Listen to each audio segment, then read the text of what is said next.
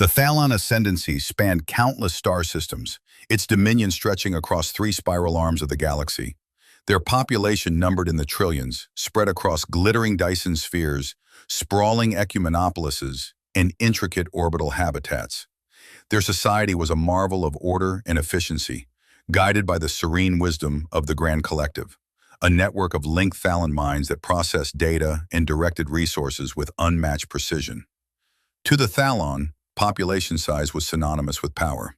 Their vast numbers provided an inexhaustible workforce, an endless pool of minds for the collective, and an overwhelming military might.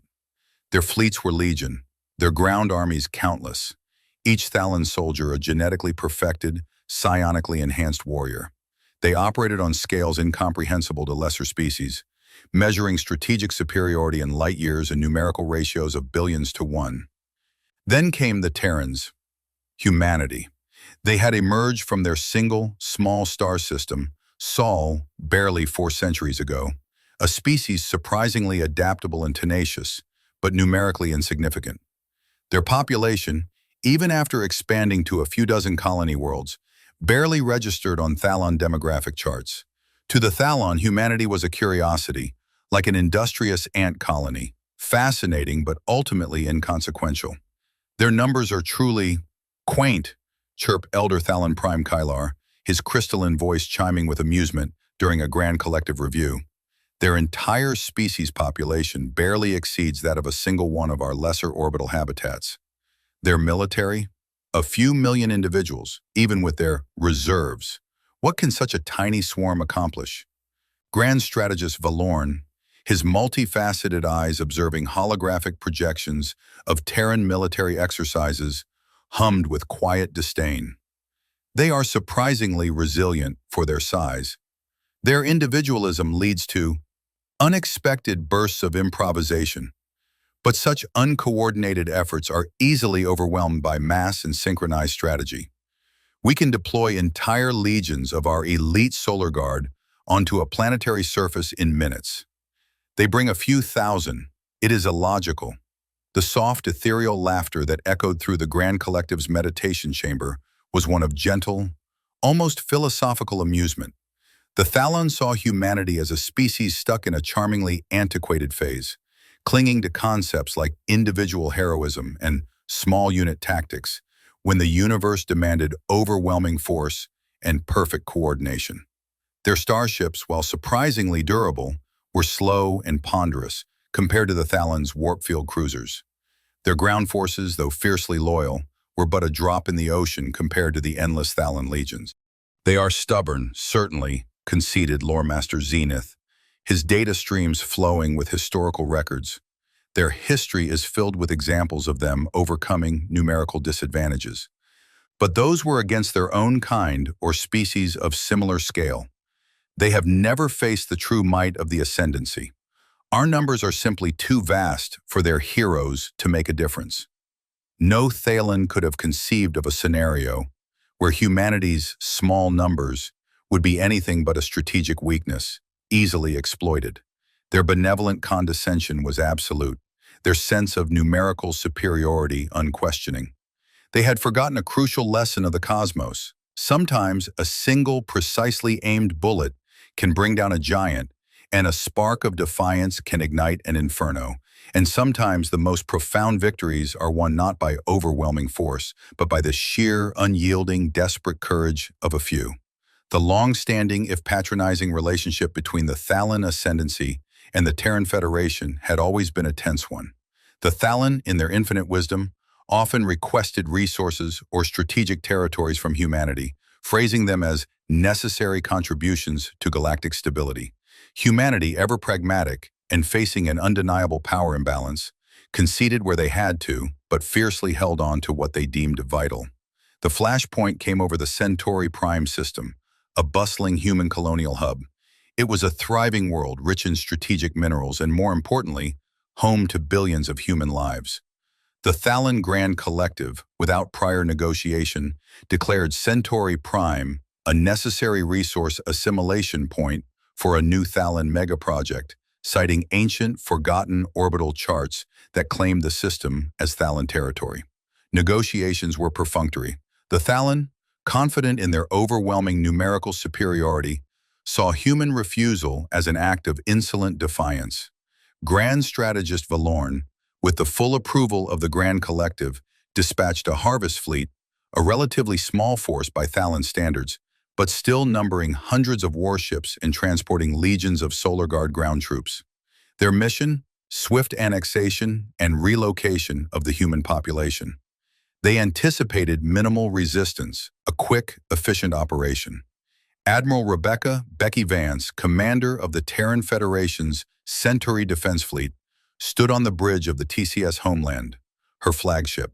The Homeland was a battle-scarred veteran, a heavy cruiser designed for protracted defensive engagements. Its bridge was a hive of controlled chaos, with physical consoles flashing alerts, holographic displays showing raw telemetry, and the rhythmic thrum of its fusion core. Thalan Harvest Fleet entering engagement range, Admiral, reported Commander Alex McIntyre, his voice tight with suppressed anger. They're deploying their warp field dampeners. Ground troop transports are powering up. Vance, her face grim, clenched her jaw. They think this is just another harvest. They think we'll roll over and let them take our people. She looked at the holographic projection of the Thalan fleet. Glittering, vast, and utterly confident. They scoffed at our small numbers. Let's see how they scoff when we fight for every last one of us. The Thalan fleet, with serene confidence, initiated their assault.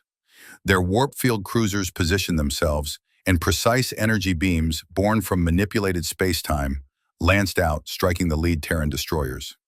Thalan energy weapons were designed for surgical precision, severing critical systems and leaving ships adrift. For conventional energy shields, this meant instant, localized collapse. The human destroyers, the TCS Guardian and TCS Sentinel, shuddered under the Thalan assault. Their visible energy shields flared violently, then buckled. But unlike Thalan energy fields, which were hyper-efficient but brittle, human shields were brute force fields, powerful broad-spectrum energy walls designed to absorb and dissipate massive amounts of raw, kinetic, and energetic force. The Thalan's precise energy beams struggled to cleanly bypass the sheer, resistant mass and overlapping fields of the human hulls. The ships didn't instantly disintegrate, but they were battered, their internal systems groaning, crews thrown against bulkheads. Shields down to 40% on Guardian. Hull breaches reported. Emergency grav compensators overloading?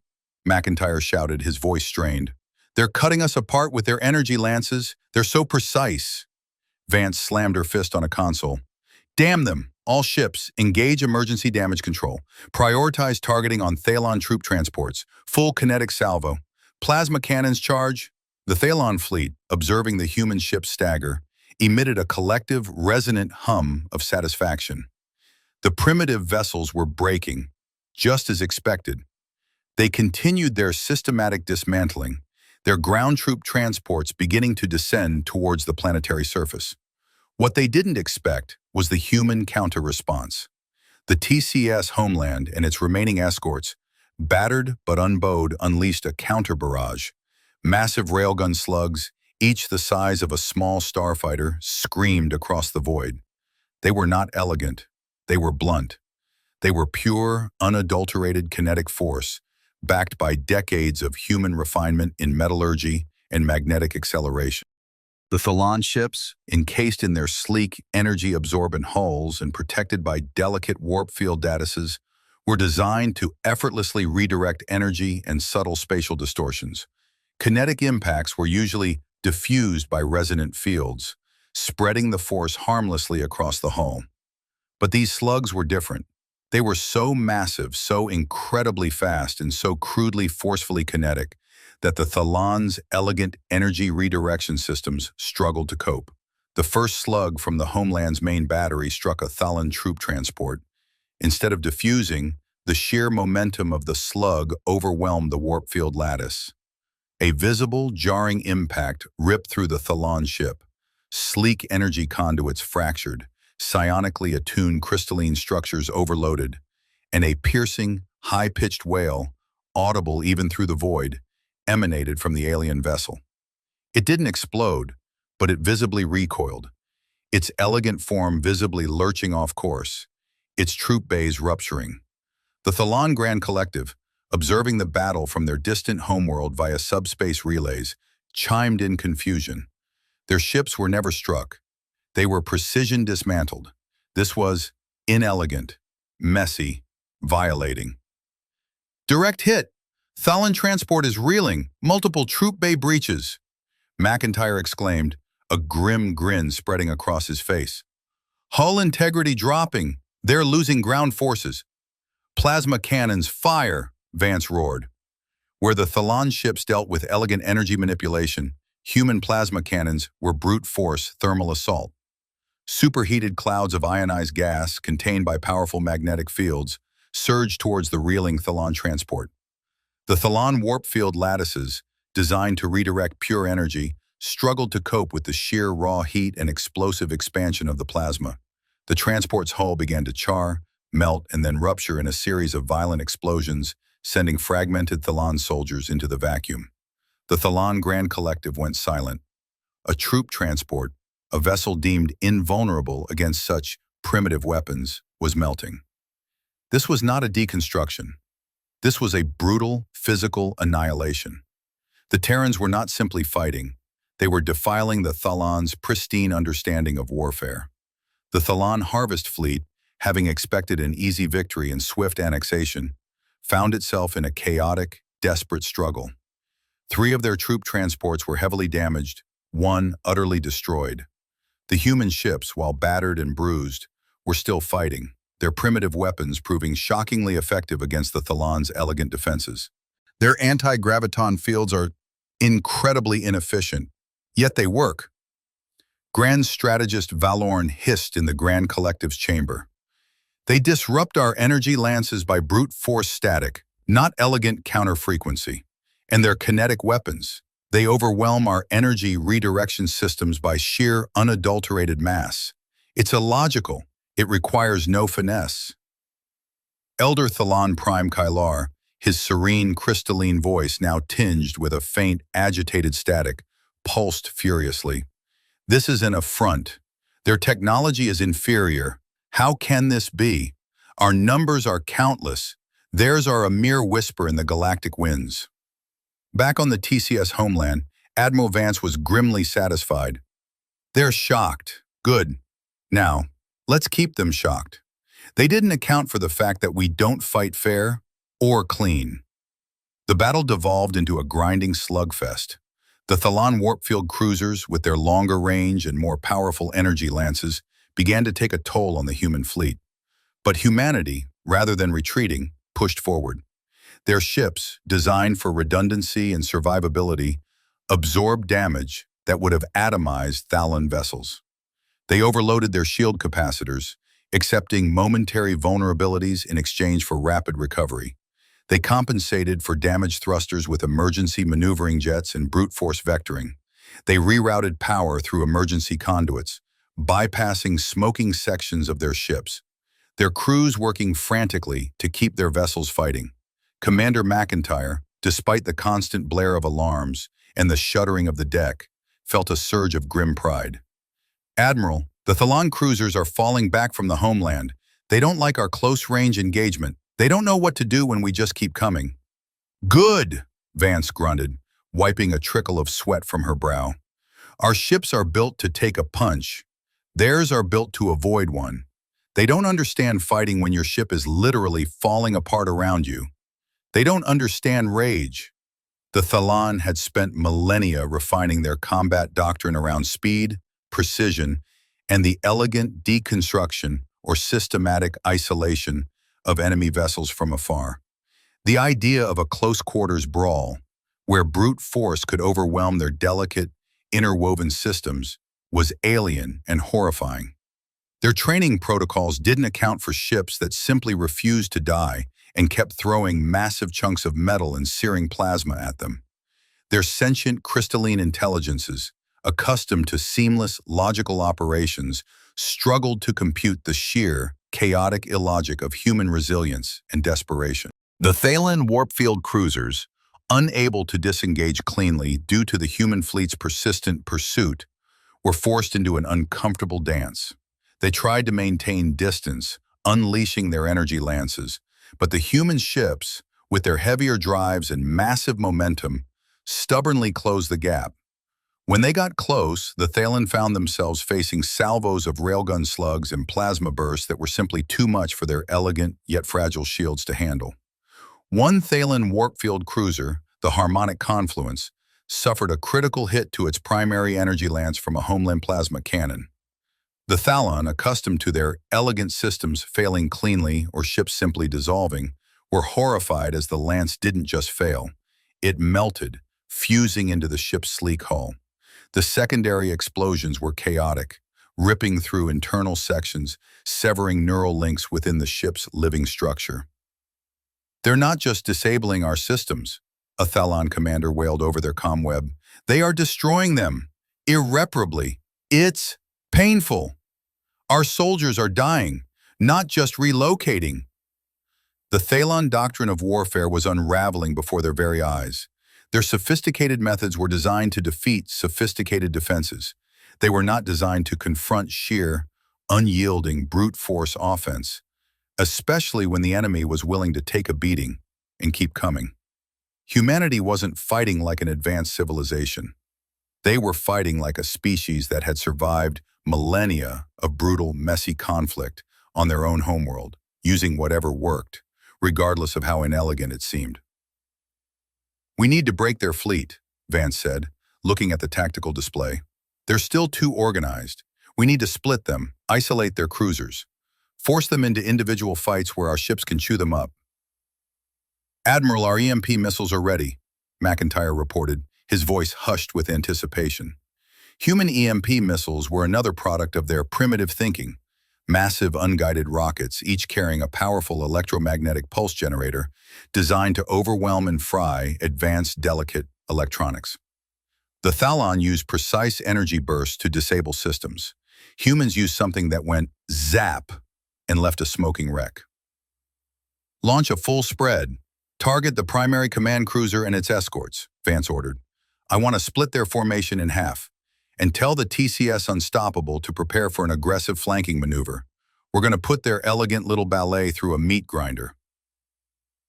The Thalon, witnessing the ferocity of the human counterattack, began to experience something alien to their collective consciousness: sheer, primal fear. The Thalon Harvest Fleet, despite its mounting losses, still maintained a desperate semblance of order.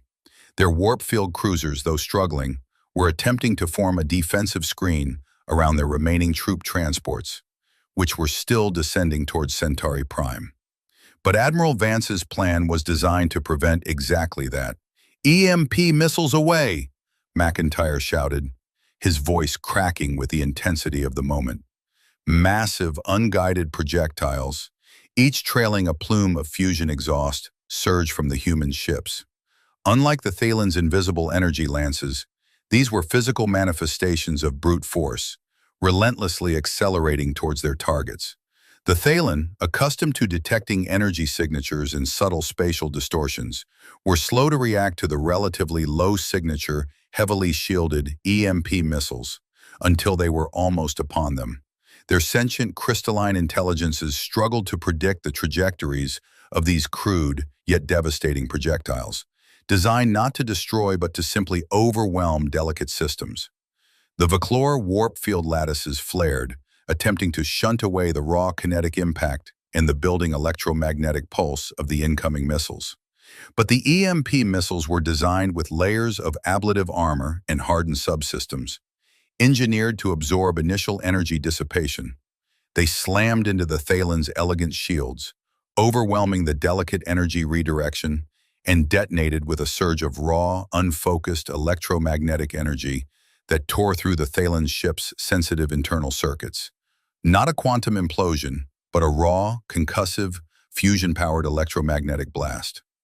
The first salvo of EMP missiles detonated amidst the Thalen formation, not directly destroying every ship, but ripping massive gaping holes in their command and control.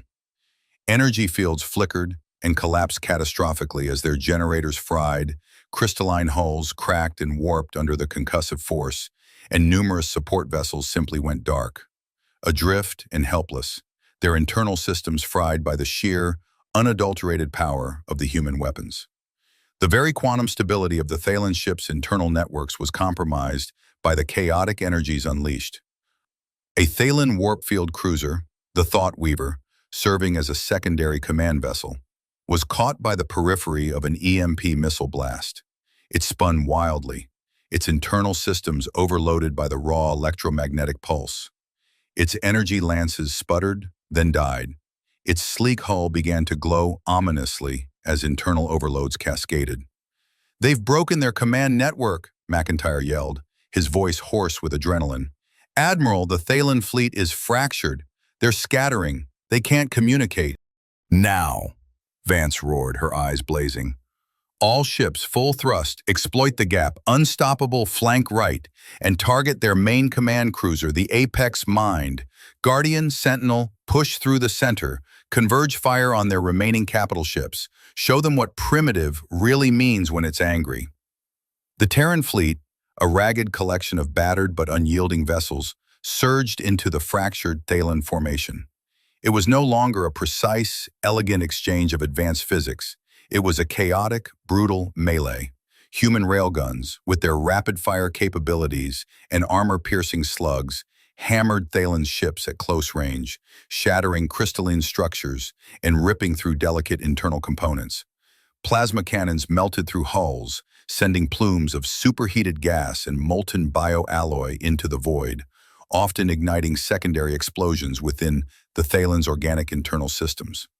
The Thaylen, trained for distant, controlled engagements and utterly reliant on their seamless communication and coordination, were utterly unprepared for this kind of close quarters, savage fighting, especially without a functioning command network. Their ships, designed for precise surgical strikes, were not built to withstand multiple, overlapping kinetic and thermal assaults from all angles. Their elegant, multi-purpose energy fields, while versatile, lacked the sheer defensive mass and raw energy capacity of human shields when under sustained, crude bombardment. Their neural-linked crystalline intelligences, accustomed to logical, predictable threats, recoiled from the sheer unpredictability and the sudden silence of their comweb. "Their tactical matrices are failing," a Thaylen commander shrieked over their local comms, desperately trying to re-establish contact with the Apex Mind. "We cannot process these chaotic inputs. Our navigation systems are overwhelmed by the physical debris and the loss of command. We are being blinded and bludgeoned." Grand Strategist Valorn, observing the battle feed from his distant homeworld, felt a terrifying chill ripple through his psionic essence. He saw elegant Thaylen vessels, once symbols of refined power, being reduced to twisted wrecks of molten bioalloy and ruptured energy conduits. He saw human ships, crude and visible, absorbing blows that should have atomized them, then retaliating with a fury that defied all logic and elegance. The harvest fleet was not harvesting. It was being harvested. Admiral Vance, on the bridge of the homeland, watched as the Thaylen flagship, the Apex Mind, battered by the TCS Unstoppable's relentless railgun fire and blinded by the EMP, finally succumbed. It was pummeled by repeated impacts, its shields failing utterly, its hull collapsing inward. A final, desperate energy lance flickered from its dying systems. Then it detonated in a spectacular but messy explosion of fragmented crystalline structures and internal energy flares. "That's the Apex Mine gone, Admiral," McIntyre shouted, his voice laced with exhilaration. "The Thaylen fleet is in full rout. They're abandoning their troop transports. They're running." The remaining Thaylen warp field cruisers, along with the few surviving quantum disruptors and support vessels, began to flee in utter disarray, abandoning their wounded and dying comrades, and, crucially, their ground troops still descending towards Centauri Prime. Their elegant formations dissolved into a frantic, uncoordinated dash for safety. The Thaylen, who had come to punish, were now fleeing for their lives, their previous confidence shattered, replaced by a deep primal terror. "Pursue them for 15 minutes. Keep them running. No mercy," Vance ordered, her voice steady but grim. "Let them remember this day. Let them remember the primitive ships that broke their fleet in half. And let them remember that we protect our own." The Terran fleet, battered but unbroken, chased the fleeing Thaylen. their railguns picking off stragglers, their plasma cannons melting any vessel that dared to slow.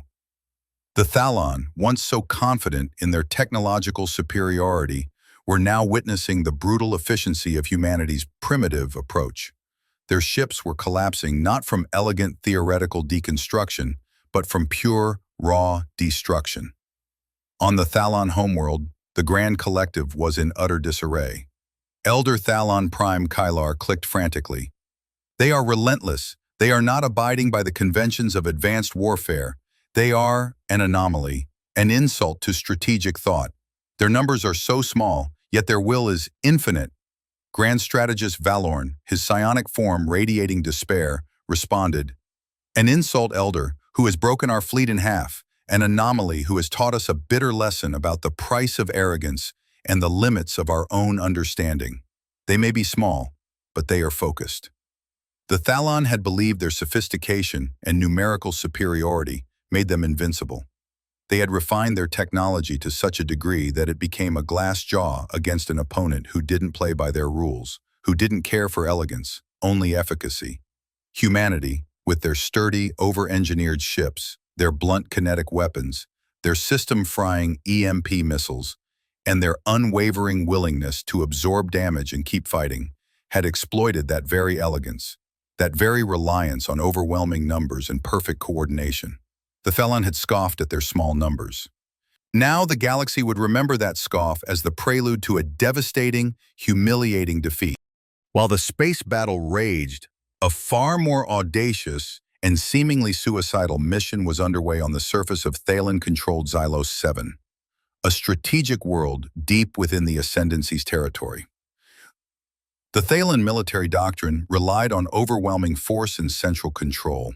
Their planetary defenses were formidable, orbital energy grids, automated ground-to-orbit particle cannons, and a permanent garrison of nearly 1 billion solar guard. Humanity's best strategic minds knew they couldn't possibly win a ground war against such numbers. Their total deployed ground forces across all active campaigns barely reached a few million. But they had something the Thalon didn't: individuals. Unsung heroes operating with terrifying independence and initiative. The mission was simple, impossible, and utterly secret. A small, specialized unit, Ghost Recon Team Alpha, comprised of merely 50 highly trained human operatives, was to infiltrate Xylos 7 and disable its planetary defense network. If they succeeded, it would buy the battered Terran fleet a fighting chance to truly break the Thalon hold on Centauri Prime. If they failed, they would be lost, and their actions would never be known. Leading the team was Captain Sarah Ghost Miller, a former Special Forces operative with a reputation for impossible infiltrations. Her second-in-command was Sergeant Ben Shadow Carter, a demolitions expert whose quiet demeanor hid a fierce determination. Their team was a cross-section of humanity's best: engineers, hackers, snipers, and combat medics, each chosen not for their raw power, but for their adaptability, their resourcefulness, and their ability to think outside the box. They arrived on Xylos 7 in a modified, single-use stealth drop pod, a primitive design that relied on dense anti-sensor plating and atmospheric re-entry instead of elegant cloaking fields. It screamed through the atmosphere, a barely detectable anomaly, bypassing the Thalon's sophisticated but predictable orbital sensor network. Their target? The Planetary Defense Nexus, a sprawling, heavily guarded complex buried deep beneath a mountain range, controlled by a localized node of the Grand Collective. "Initial intel confirms Thalon complacency," Captain Miller whispered into her comm, the air thick with the alien sounds of Xylos 7's bioluminescent flora. "Their security is rigid, predictable. They rely on their numbers to plug any breach. They don't expect us to create a breach." The Thalon security was indeed vast. Patrols of Solar Guard, psionically linked and genetically augmented, marched in perfect synchronicity. Automated drones, sleek and silent, patrolled every corridor, but their tactics were designed for mass-scale invasion, for detecting large forces, not for 50 determined individuals. They anticipated grand strategies, not the patient, almost invisible movements of a small human team. The Ghost Recon team used primitive tools, thermal cutters, optical scramblers, and manually activated EMP grenades, simple analog devices that bypassed the Thalan's sophisticated but hypersensitive digital countermeasures. Ben Carter's custom-fabricated breaching charges, a mix of old-fashioned plastic and specialized high-density chemical compounds, were designed to chew through the Thalan's sleek, energy-absorbent bioalloy walls, not to delicately dismantle them. "Breach point secured," Sergeant Carter reported, a faint smell of ozone and burnt alloy in the air. "Their biolocks are designed for energetic signatures. Our chemical reactions are an anomaly to their systems." Inside the Nexus, the Thalan security forces were initially confused. A single alarm here, a flickering light there. Small, isolated incidents that their grand collective nodes processed as minor anomalies, easily rectifiable. They dispatched small local patrols, 20, 50, 100 Solar Guard, to investigate. To the Thalan, these numbers were insignificant, easily contained. To the human team, 20 Thalan soldiers were a challenge, 50, a battle, 100, a protracted engagement. But they were trained for this. They didn't engage in open warfare. They used the complex, labyrinthine corridors of the Nexus as their hunting ground. They set ambushes, used silenced railguns for precision headshots, deployed flashbangs and nerve gas that disrupted the Thalan's psionic links, turning synchronized units into disoriented, vulnerable individuals. "They think their numbers are their strength," Captain Miller said, watching a thermal readout of a Thalan patrol stumble into a gas trap. "We'll show them that every single one of them is a target, and every single one of us is a ghost." The Thalan were slowly, painfully realizing they were not facing an invading army, but something far more unsettling. They were facing individuals, and individuals could not be overwhelmed by numbers alone. As Ghost Recon Team Alpha delved deeper into the planetary defense nexus, the Thalan reaction escalated, but always within the confines of their strategic doctrine: deploy more numbers. They rerouted battalions of Solar Guard from other sectors of Xylos 7, pouring them into the Nexus, trying to drown the human anomaly in sheer force. But humanity, in its primitive understanding of warfare, understood something the Thalan did not: a choke point. The Nexus, for all its vastness, relied on a surprisingly few critical junctions for its operational integrity, and humans were masters of exploiting weaknesses. Captain Miller's team bypassed entire legions of Thalan soldiers by using ventilation shafts, maintenance tunnels, and even their sheer audacity to crawl through unsecured conduits, always aiming for the vital arteries of the Nexus. They weren't fighting for territory. They were fighting for access. "Main conduit access point secured," reported Corporal David Chen, a brilliant but unassuming hacker, his fingers flying across a human-designed data pad, directly interfacing with a Thalan terminal using a jury-rigged multi-frequency bypass. "Their encryption relies on psionic resonance. My primitive, brute force algorithms are irritating it. It doesn't know how to stop them without shutting down its own internal processes." The Thalan Grand Collective, now fully aware of the human infiltration, began to experience an alien emotion: frustration. They had deployed a full division of Solar Guard into the Nexus. How could 50 insignificant creatures evade them? Their psionic networks were reporting localized disturbances, strange energy spikes, and unexplainable data corruption. They couldn't pinpoint the threat because the threat wasn't behaving like a conventional military force. It was behaving like a swarm of highly intelligent, highly aggressive insects, striking at vulnerable points and then vanishing. Sergeant Carter began planting his chemical charges on the main power conduits, vital arteries that fed the planetary particle cannons. He wasn't aiming for a grand explosion, but for a series of smaller, cascading overloads that would ripple through the network, appearing as a system-wide failure, not a sabotage. "Charge set on conduit Gamma 7, sequence initiated." Carter's voice was calm, almost bored. His charges were designed not to obliterate, but to overload, to introduce noise and chaos into the Thalan's perfectly ordered energy systems. The first charge detonated, not with a bang, but a hum that resonated deep within the Nexus. Lights flickered, automated defenses stuttered. A single particle cannon on the surface of Xylos 7 momentarily dropped offline, then flickered back. "They're investigating the energy fluctuation, sir," reported a Thalan commander on the surface. They believe it to be a minor fault. Deploying repair drones. Good, Captain Miller grinned. While they send their repair drones, we'll hit the next one. The team systematically moved through the nexus, planting charges, installing data corruption programs, and overriding minor control nodes. Each action was small, almost insignificant, but cumulatively, they were introducing a systemic instability into the planetary defense network. The Thalon Grand Collective, used to perfect order, was receiving millions of tiny conflicting error reports. Their crystalline intelligences, designed for harmony, were starting to buzz with discord. The planetary defense grid became erratic. Particle cannons fired wildly, missing their targets, or overloaded. Orbital energy grids pulsed erratically, creating localized gravitational distortions. The Thalon, unable to conceive of such inelegant sabotage, were baffled. They believed their systems were too robust, too numerous to be affected by anything less than a full-scale assault. We are causing a systemic collapse by making their perfection imperfect, Corporal Chen explained, a rare smile on his face. Their entire system relies on every component being flawless and synchronized. We're introducing flaws.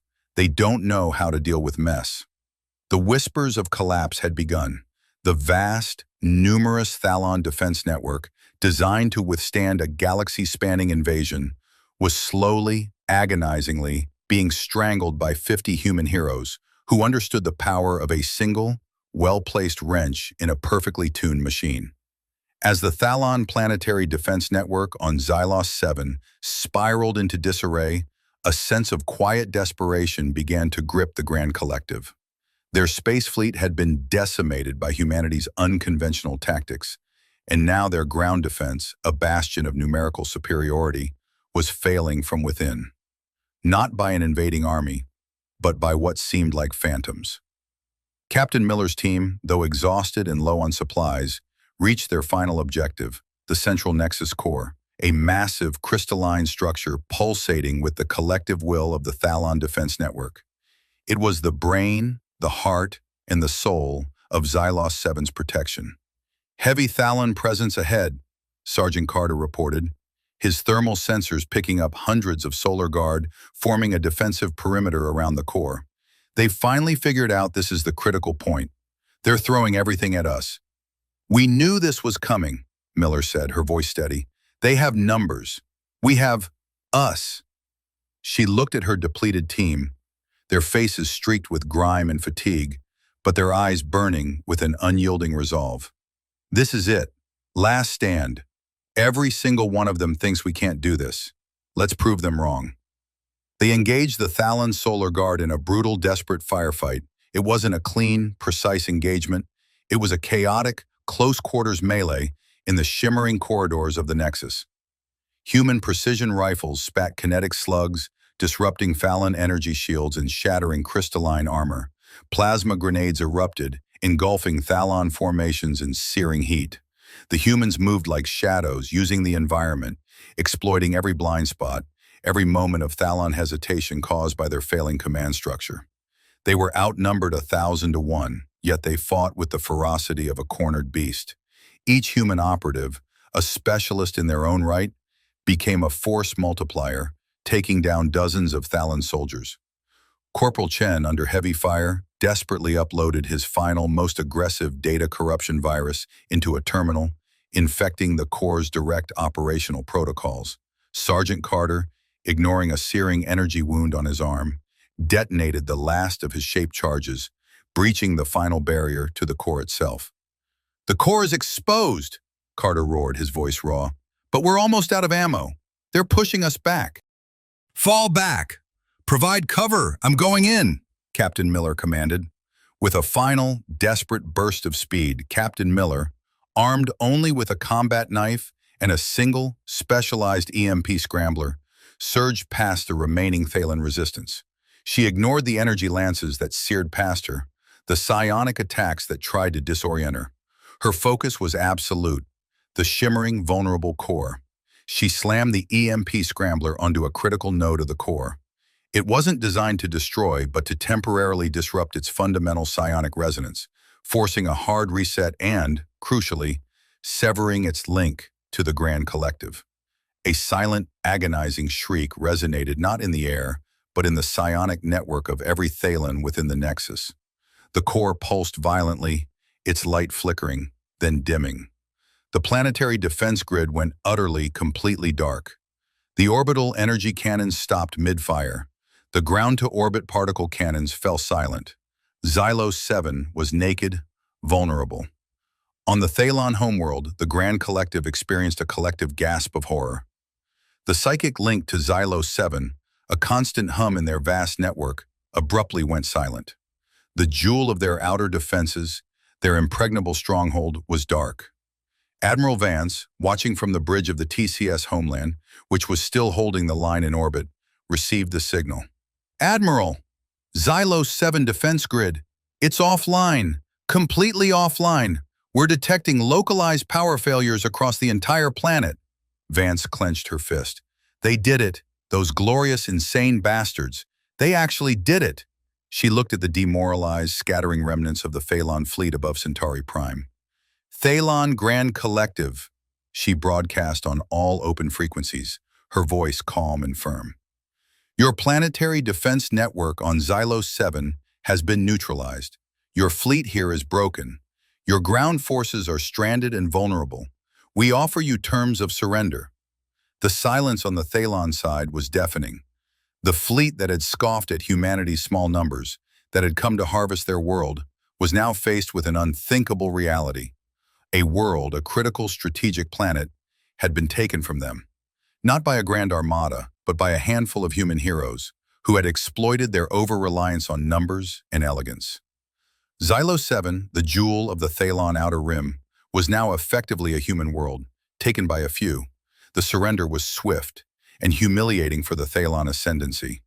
With their planetary defenses neutralized on Xylos 7, their orbital fleet decimated, and their ground forces stranded on Centauri Prime, and now vulnerable to human counterattacks, the Grand Collective had no choice.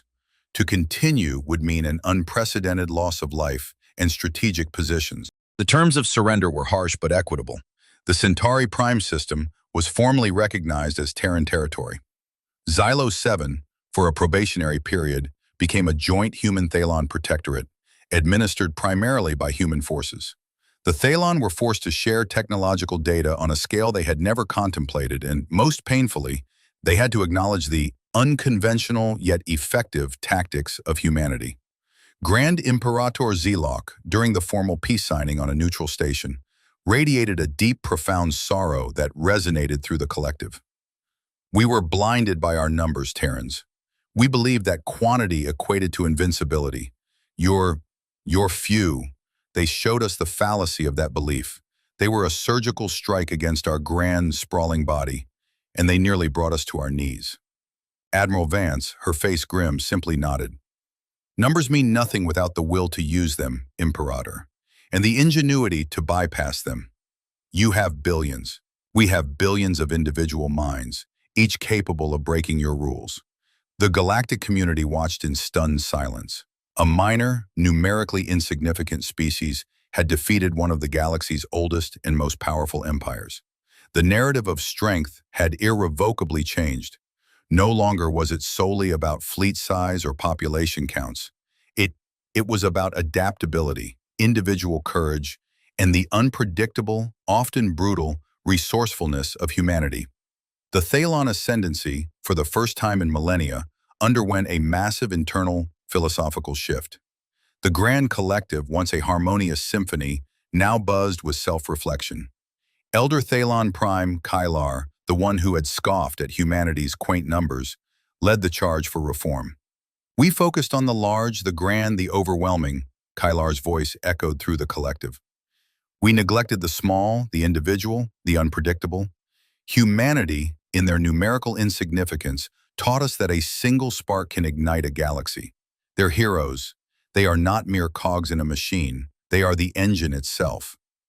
Thalon military academies, once focused on grand fleet maneuvers and planetary-scale invasions, began to introduce Terran doctrine courses, studying small unit infiltration, guerrilla warfare, and most jarringly for them, individual initiative.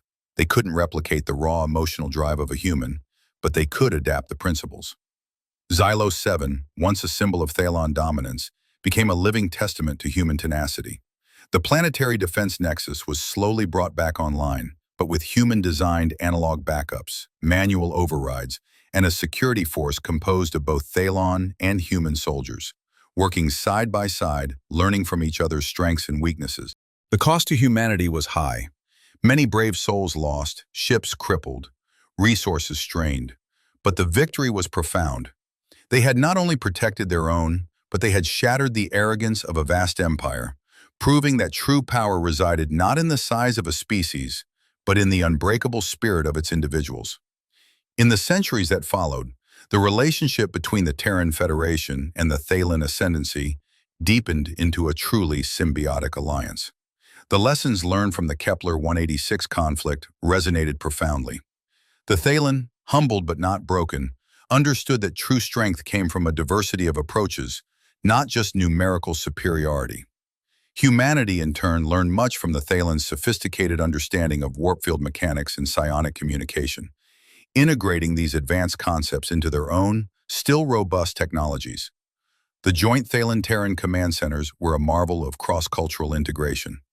Human strategists, with their direct aggressive plans, worked seamlessly with Thalan tacticians, who now incorporated concepts like precision chaos and individual initiative into their vast harmonious computations. Commander Alex McIntyre, now a seasoned admiral, frequently found himself debating strategy with Grand Strategist Valorn, their differing approaches often leading to innovative and devastatingly effective solutions. Their willingness to sacrifice a single unit for a grander objective was initially baffling, Valorn hummed during a joint training exercise. To us, every individual is a valuable part of the collective, to be preserved. But your, Captain Miller, her actions on Xylos 7 showed us that sometimes the impact of a single determined individual can far outweigh the tactical loss of their physical form. It is illogical, yet undeniably potent. Admiral McIntyre nodded. We call it leading from the front, Imperator, or just being too stubborn to know when to quit. We don't have trillions of lives to throw at a problem, so every single one of ours counts. And every single one of ours can make a difference. The Thalan began to modify their genetic augmentation programs. While still focused on optimizing their soldiers for psionic abilities and combat prowess, they now introduced traits that fostered greater individual decision-making and adaptability to unpredictable situations, a direct result of studying human irrationality in combat. Their new generations of Solar Guard, while still terrifyingly efficient, possessed a spark of individual initiative that their predecessors lacked. Humanity, for their part, never abandoned their core principles of durability and overwhelming firepower, but their new ships, Alliance-class vessels, integrated Thalan warp field technologies, allowing them to rapidly reposition their massive armored frames to critical sectors in an instant. Their railguns were now coordinated with pinpoint Thalan psionic targeting arrays, turning their blunt force into a devastatingly precise hammer. The galactic community, once dismissive of humanity's small numbers, now approached them with a cautious awe. Other species who had once suffered under the Thalan's vast might now sought alliances with the Terran Federation, knowing that while humanity might be few, they were fierce, unpredictable, and capable of achieving the impossible.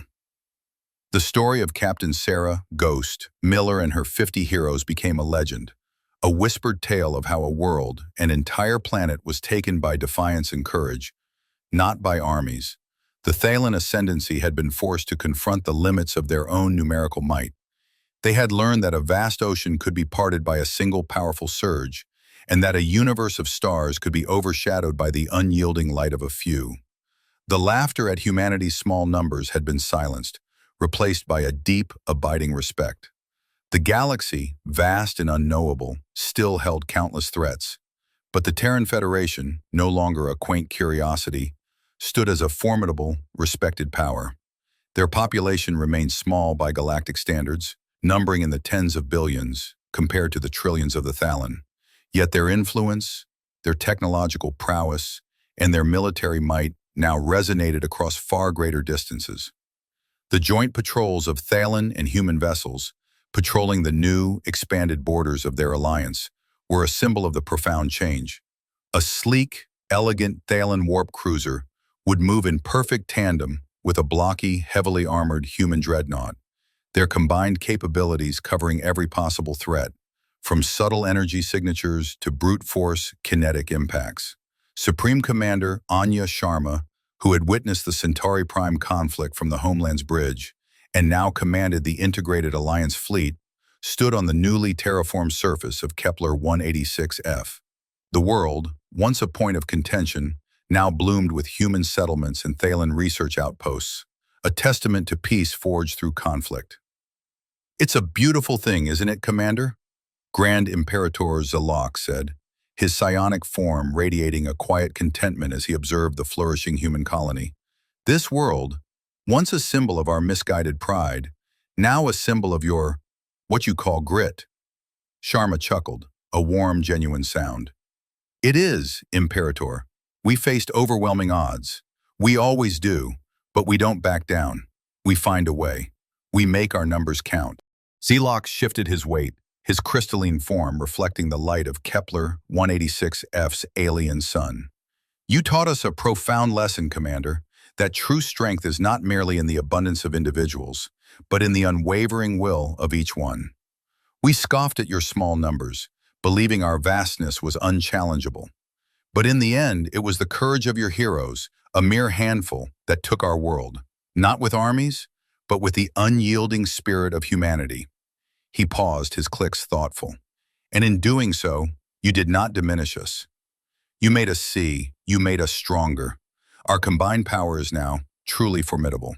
We understand now that while numbers have their place, the most profound impact often comes from the unconquerable few." Humanity had earned its place in the cosmos, not by conforming to the norms of established powers, but by forging its own path, by relying on its inherent strengths, individual heroism, unmatched adaptability, and a stubborn refusal to yield. The laughter that once echoed through the Thalen ascendancy had been replaced by a deep, resonant hum of respect across the stars. Humanity had not just taken a world, they had fundamentally reshaped the understanding of power itself. Their primitive ships and small numbers, the very things that drew alien scorn, had, through their brutal efficacy and unwavering courage, forged a new unified destiny for a vast section of the galaxy, proving that sometimes the greatest strength lies not in the legions, but in the unbreakable few who defy all odds.